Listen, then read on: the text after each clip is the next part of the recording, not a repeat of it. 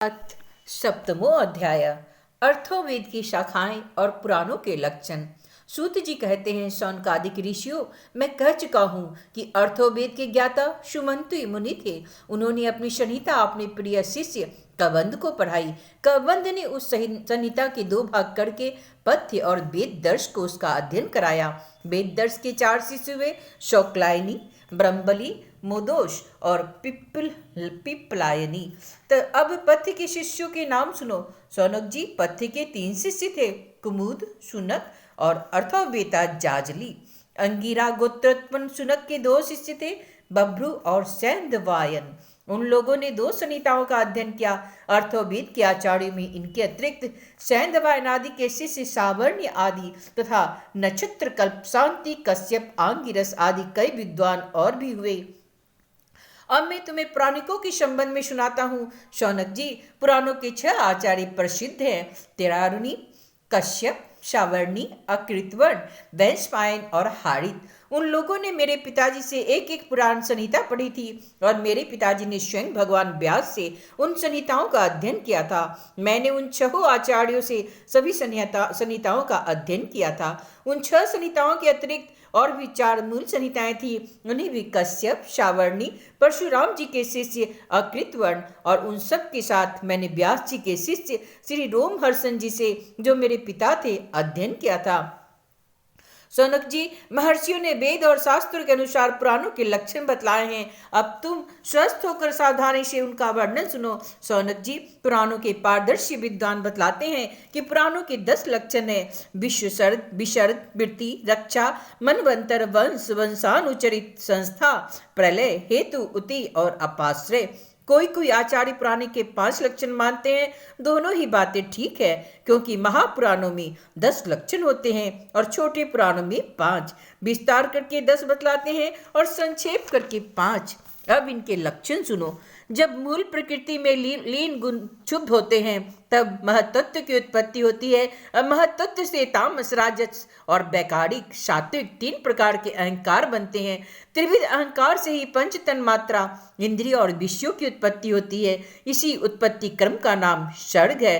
परमेश्वर के अनुग्रह से दृष्टि का सामर्थ्य प्राप्त करके और महतत्व आदि पूर्व कर्मों के अनुसार अच्छी और बुरी वासनाओं की प्रधानता से जो यह चराचर शरीरात्मक जीव की उपाधि की सृष्टि करते हैं, एक बीज से दूसरे बीज के समान इसी को विसर्ग कहते हैं। चर प्राणियों की अचर पदार्थ वृत्ति अर्थात जीवन निर्वाह की सामग्री है। चर प्राणियों के दुग्ध आदि भी इनमें से मनुष्य ने कुछ तो स्वभाववश कामना के अनुसार निश्चित कर ली और कुछ शास्त्र की आज्ञानुसार। भगवान युग युग में पशु, पक्षी, मनुष्य, ऋषि, देवता आदि के रूप में अवतार ग्रहण करके अनेकों लीलाएं करते हैं। इन्हीं अवतारों में से वेद धर्म के विरोधियों का संहार भी करते हैं। इसलिए यह अवतार लीला विश्व की रक्षा के लिए ही होती है, इसलिए इसका नाम है रक्षा।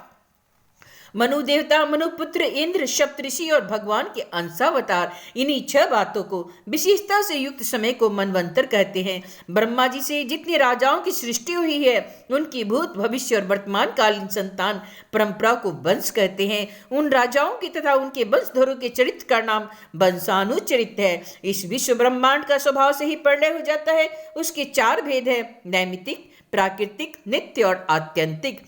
तत्वज्ञ विद्वानों ने इन्हीं को संस्था कहा है। पुराणों के लक्षण में हेतु नाम से जिसका व्यवहार होता है वह जीव ही है, क्योंकि वास्तव में वही सर्ग, विसर्ग आदि का हेतु है और अविद्यावश अनेकों प्रकार के कर्म कलाप में उलझ गया है। जो लोग उसे चैतन्य प्रधान की दृष्टि से देखते हैं, वे उसे अनिशयी अर्थात प्रकृति में शयन करने वाला कहते हैं, और जो उपाधि की दृष्टि से देखते हैं, वे उसे अव्याकृत अर्थात प्रकृति रूप कहते हैं। जीव की वृत्तियों के 3 विभाग है: जागृत, स्वप्न और सुषुप्ति। जो इन अवस्थाओं में इनके अभिमानी विश्व तेजस और प्राज्ञ की मायामय रूपों में प्रतीत होता है और इन अवस्थाओं से परे तूर्य तत्व के रूप में जो लक्षित होता है, वही ब्रह्म है। उसी को यहाँ अपाश्रय शब्द से कहा गया है। नाम विशेष और रूपा विशेष से युक्त पदार्थों पर विचार करें तो वे सत्ता पात्र वस्तु के रूप में सिद्ध होते हैं। उनकी विशेषताएं लुप्त हो जाती है। असल में वह सत्ता ही उन विशेषताओं के रूप में प्रतीत हो रही है और उनसे पृथक भी है। ठीक इसी न्यास से शरीर और विश्व ब्रह्मांड की उत्पत्ति से लेकर मृत्यु और महाप्रलय पर्यंत जितनी भी विशेष अवस्थाएं हैं, उसके रूप में परम सत्य स्वरूप ब्रह्म ही प्रतीत हो रहा है और वह उनसे सर्वथा पृथक भी है। यही वाक्य भेद से अधिष्ठान और साक्षी के रूप में ब्रह्म ही पुराणोक्त आश्रय तत्व है।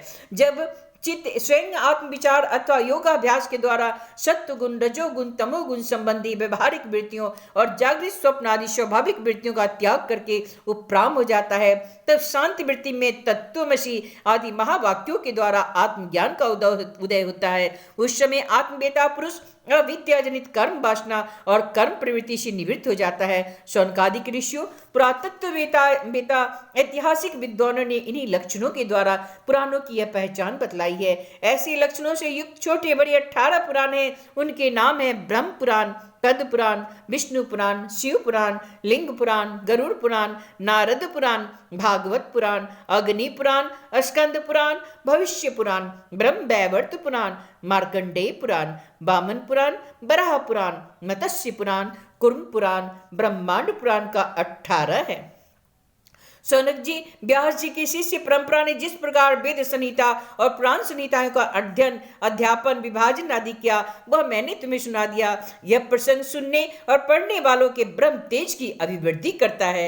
इति श्रीमद्भागवते महापुराणे परमहंस्या संहितायां द्वादश स्कंदे सप्तमोऽध्याय।